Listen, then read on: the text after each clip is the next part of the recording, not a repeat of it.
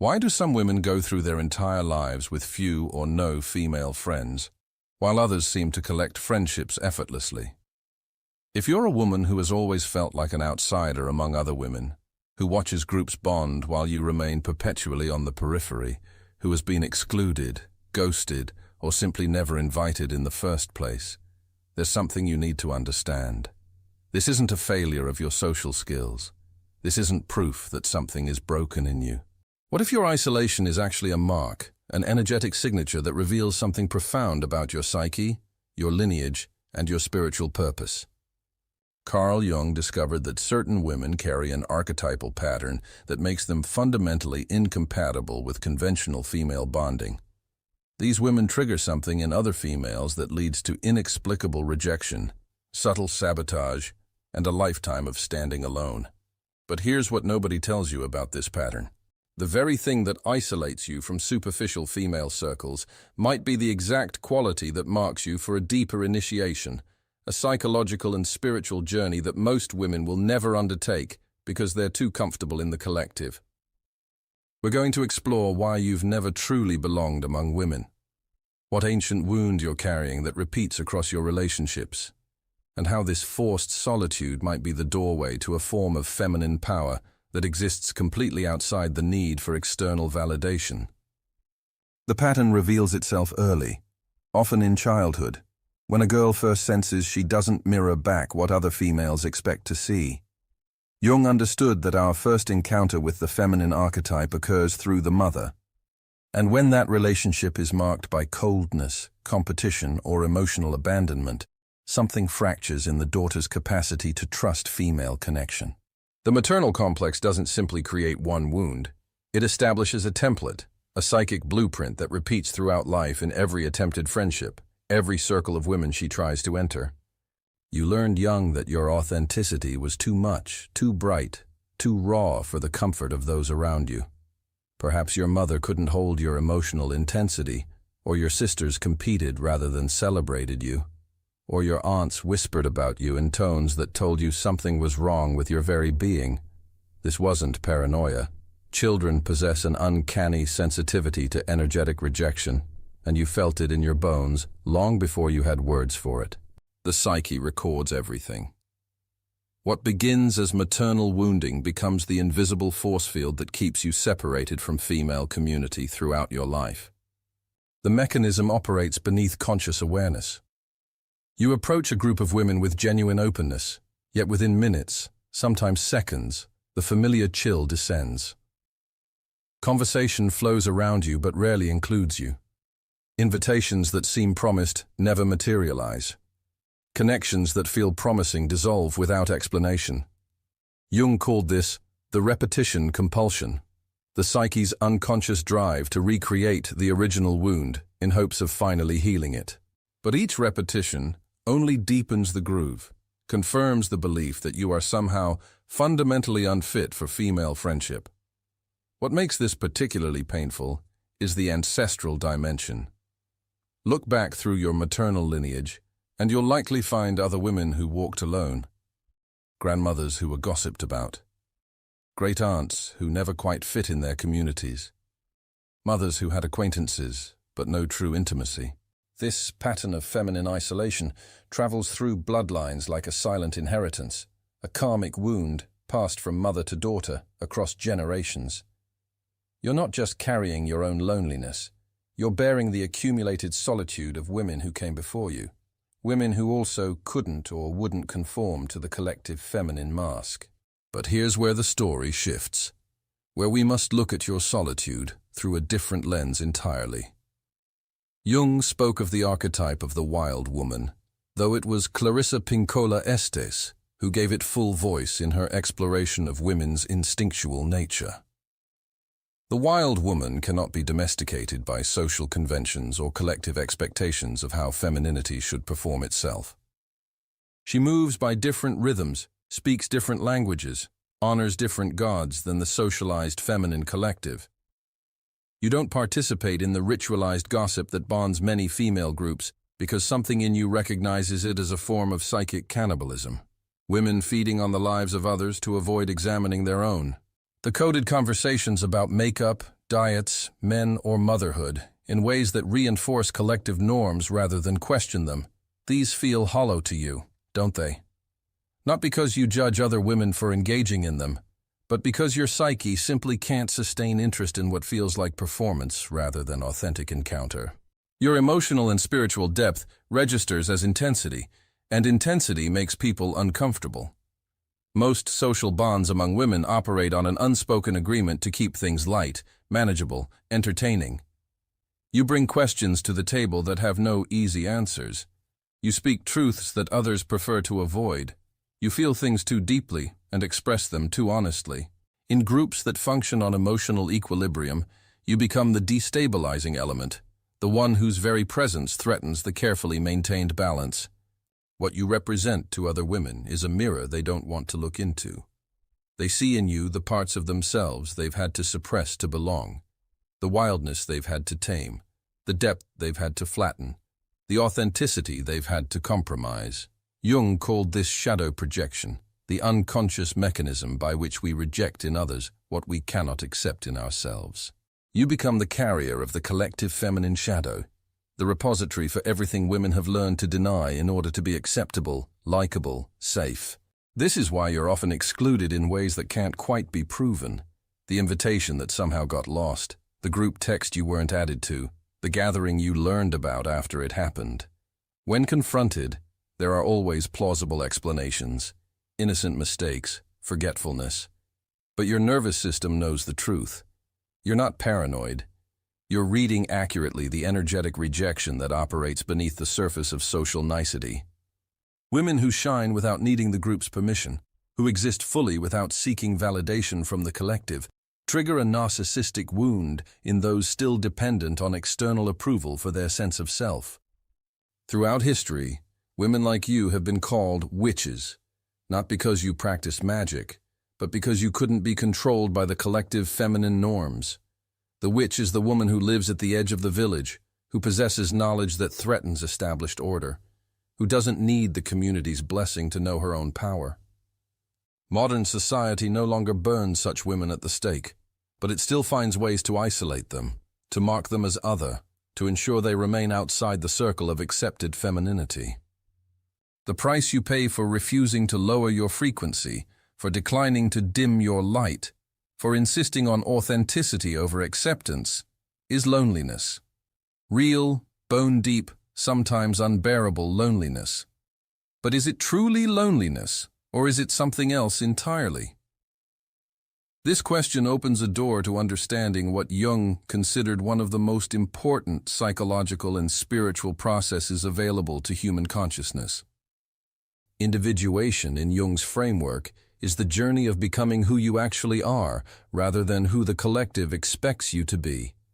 It's the process by which the psyche differentiates itself from mass consciousness and discovers its unique configuration, its singular purpose, its authentic voice. And this process, more often than not, requires periods of profound solitude. Not the solitude of exile or punishment, but the solitude of incubation, of gestation, of metamorphosis, that can only occur in silence and stillness.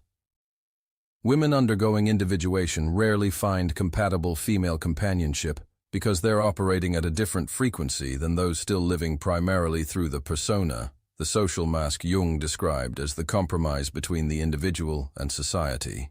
You're not better than other women, you're simply at a different stage of psychological and spiritual development. You've heard a call that most people spend their entire lives ignoring, the call of the self, that deep center of the psyche that demands you become whole rather than merely acceptable. Can you feel the difference between empty loneliness and sacred solitude? Empty loneliness is the wound crying out for healing, the abandoned child within you still seeking the mother's embrace that never came. Sacred solitude is the soul's intentional retreat from the noise of collective consciousness in order to hear its own voice. Both can exist in you simultaneously, and discerning which is which in any given moment requires deep honesty with yourself. The self, that organizing principle at the core of your being, sometimes orchestrates isolation not as punishment but as protection and preparation. It knows you need distance from the collective's constant conditioning to discover what you actually think, feel, believe, desire. It knows you need the silence to hear the whispers of your own soul beneath the cacophony of social expectations. It knows you need the solitude to alchemize your wounds into wisdom, your pain into presence, your loneliness into sovereignty. This is where many women find themselves at midlife, isn't it? You've tried so hard for so long to find your place among other women, to create the friendships you see other people effortlessly maintaining, to build the community you were told women naturally create with each other. And despite your efforts, despite your genuine desire for connection, the pattern persists. You remain outside, alone, watching others bond in ways that seem forever unavailable to you. Jung would say you're being called to a different task entirely. Not the task of fitting in, but the task of becoming whole.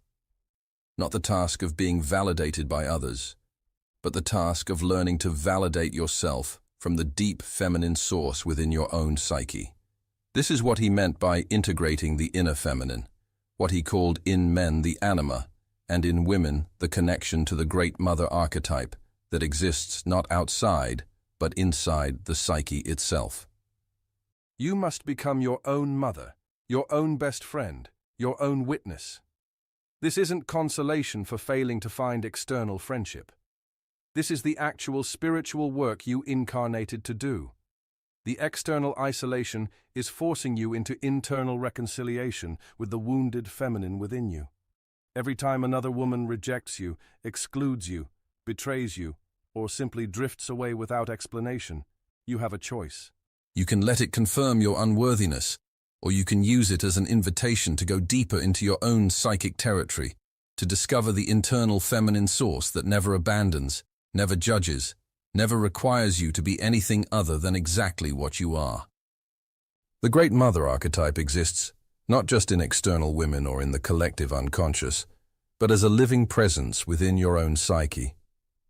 This internal mother can offer what the external mother, the human mother bound by her own wounds and limitations, could never give.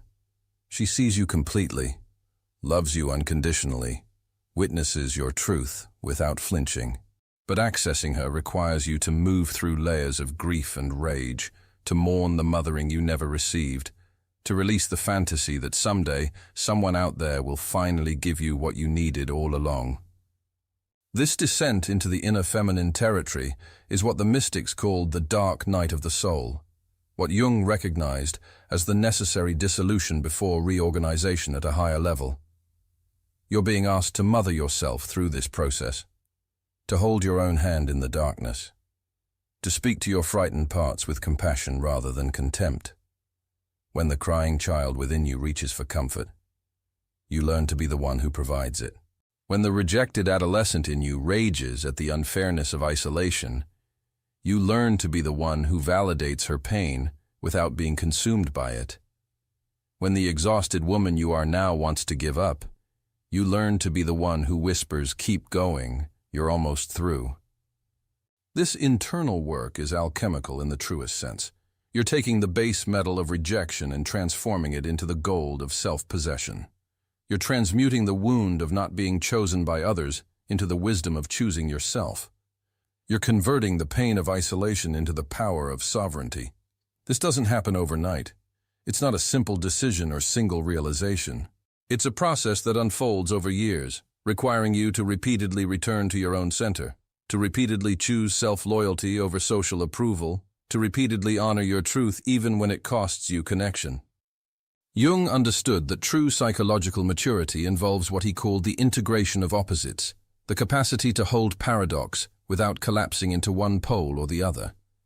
You must learn to hold both your desire for connection and your acceptance of solitude, both your wound of rejection and your gift of independence, both your human need for mirroring and your spiritual capacity for self-sufficiency.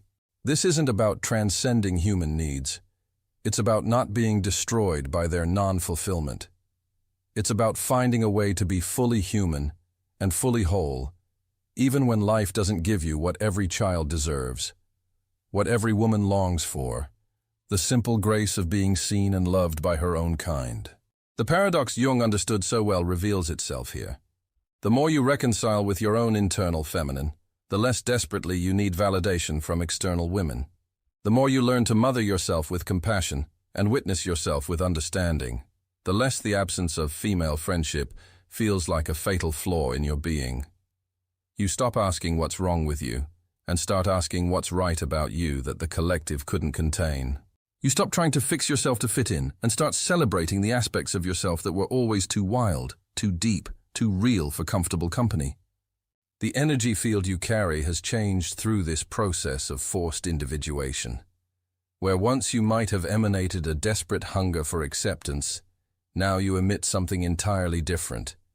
It's the frequency of a woman who has stopped abandoning herself for others, who has learned that betraying your own knowing to gain social acceptance is the cruelest form of self-violence.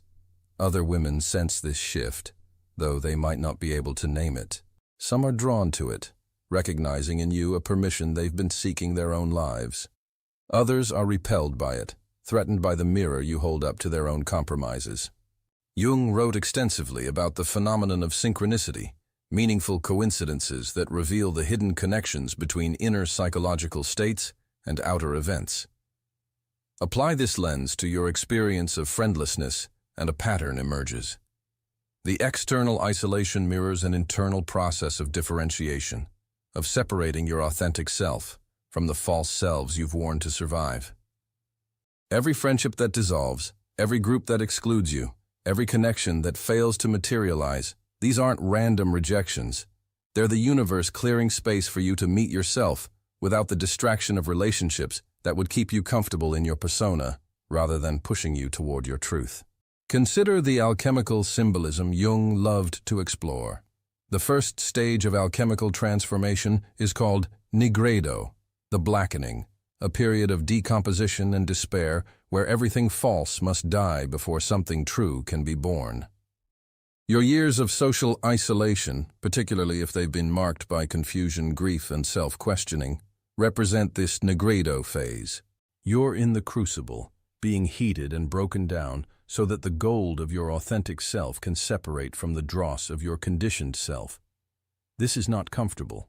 It was never meant to be, but it is necessary. The woman who emerges from this process, if she doesn't become bitter or hardened by it, possesses a quality associated with the individuated self. She has integrated her shadow, owned her darkness as well as her light, accepted her completeness as a human being rather than trying to present only acceptable portions of herself to the world. She has faced her unloved parts, her rejected aspects, her hidden shames, and instead of denying them, she's incorporated them into a larger wholeness. This is what makes her both attractive and threatening, both magnetic and isolating. She's no longer playing the game of partial presentation that most social bonding requires. Think about the fairy tales Jung analyzed, particularly those featuring women who undergo transformation through isolation. Sleeping Beauty doesn't wake up in a crowd. She awakens in solitude, in the private chamber where she's been sleeping for 100 years. Snow White's deepest transformation occurs in the forest, alone with the animals and the dwarfs who exist outside normal human society. Rapunzel grows her power in a tower, separated from the world. These aren't just children's stories. They're archetypal templates for a particular kind of feminine development that requires withdrawal from the collective to discover personal power. Your tower, your forest, your sleeping chamber is the very isolation you've been enduring. You haven't been separate from life. You've been incubating a different kind of life, one that doesn't depend on external validation for its existence.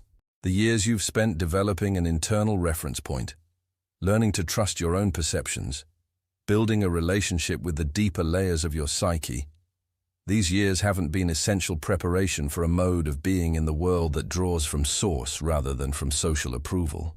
Does this mean you'll never have female friends? Not necessarily. But it means the friends you do attract, if any come, will be of a different quality entirely. They won't be the surface friendships based on shared hobbies or geographical proximity. They'll be soul recognitions, rare meetings between women who've also walked through the fire of individuation and emerged on the other side. These friendships, when they occur, don't require constant contact or validation. They exist in a different dimension, sustained by mutual respect for each other's sovereignty rather than need for each other's approval.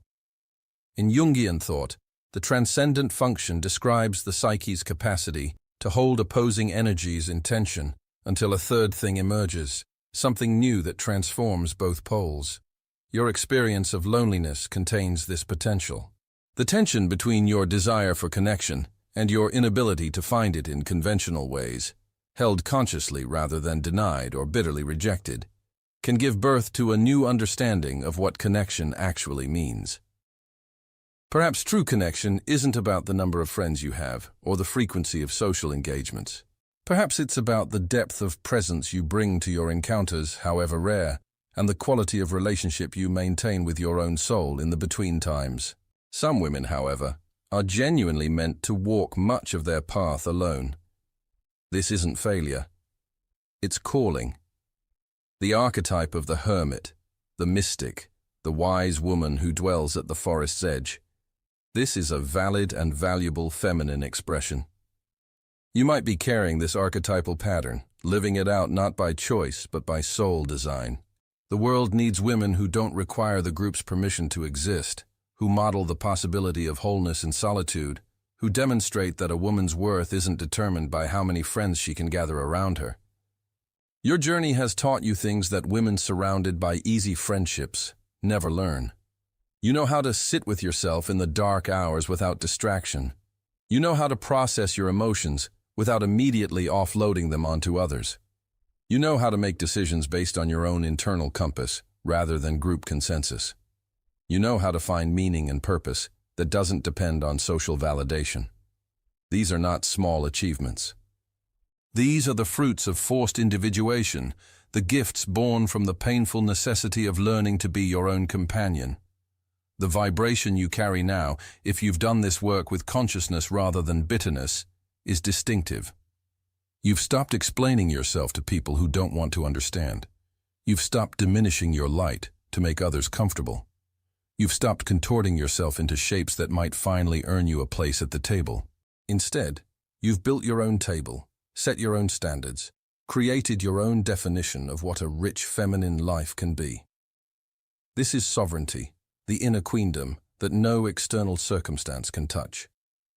Jung believed the individuation process, while painful and isolating, ultimately served not just the individual, but the collective. Every person who completes their own becoming, who integrates their shadow and honors their authentic self, raises the consciousness of the entire human family. Your willingness to endure the loneliness of becoming real, rather than settling for the company that would require you to remain false, this serves something larger than your personal happiness. You're modeling possibility for other women, showing them that survival, even thriving, is possible outside the collective feminine agreements. The younger women watching you, perhaps from a distance, see something in you they can't yet name. They see a woman who doesn't ask permission, who doesn't need approval, who carries herself with the quiet dignity of someone who knows her own worth. You might not know you're being observed, might not realize you're teaching simply by existing authentically, but this is often how wisdom transmits itself. Not through words or explicit teaching, but through the witnessed example of a woman who chose truth over belonging and found that she could not only survive the loneliness, but transform it into something luminous. This doesn't mean the wound has completely healed. You might still feel the ache when you see groups of women laughing together, still wonder what it would be like to have that easy camaraderie, still grieve the friendships you never got to have. These feelings are human and valid, but they no longer define you. They no longer convince you that something is fundamentally wrong with your being. You've learned to hold both truths simultaneously, the sadness of missing something you've never had, and the peace of knowing you're exactly where your soul needs you to be. The inheritance you leave, whether you have daughters or not, whether anyone consciously acknowledges it or not, is profound. You prove that a woman's value isn't measured by her social circle. You demonstrate that authenticity matters more than acceptance. You show that solitude, when embraced with consciousness, can be a powerful teacher rather than a prison. You embody the possibility that wholeness is achievable even, perhaps especially, in the absence of the validation society tells us we must have. There's a particular kind of woman who will understand every word of this, who will feel seen in ways she's never felt seen before, who will recognize herself in this description not as diagnosis but as acknowledgement. If that's you, know this. Your aloneness is not evidence of your inadequacy. It might be evidence of your courage, your depth, your refusal to betray yourself for the comfort of belonging to something that was never truly home. The path you're walking is ancient, worn smooth by the feet of countless women before you, who also chose the difficult grace of their own company over the easy lie of false connection. If this exploration has touched something true in you, if you've recognized your own story in these words, consider subscribing to this channel where we continue to explore the hidden dimensions of feminine psychology and the journey toward authentic selfhood. Leave a comment sharing your own experience of walking alone among women. Your story matters, your solitude speaks, and perhaps in sharing it here, you'll discover you're less alone than you imagined, that across distance and time, there are other women who understand the sacred loneliness of becoming real in a world that often prefers we remain comfortable fictions instead.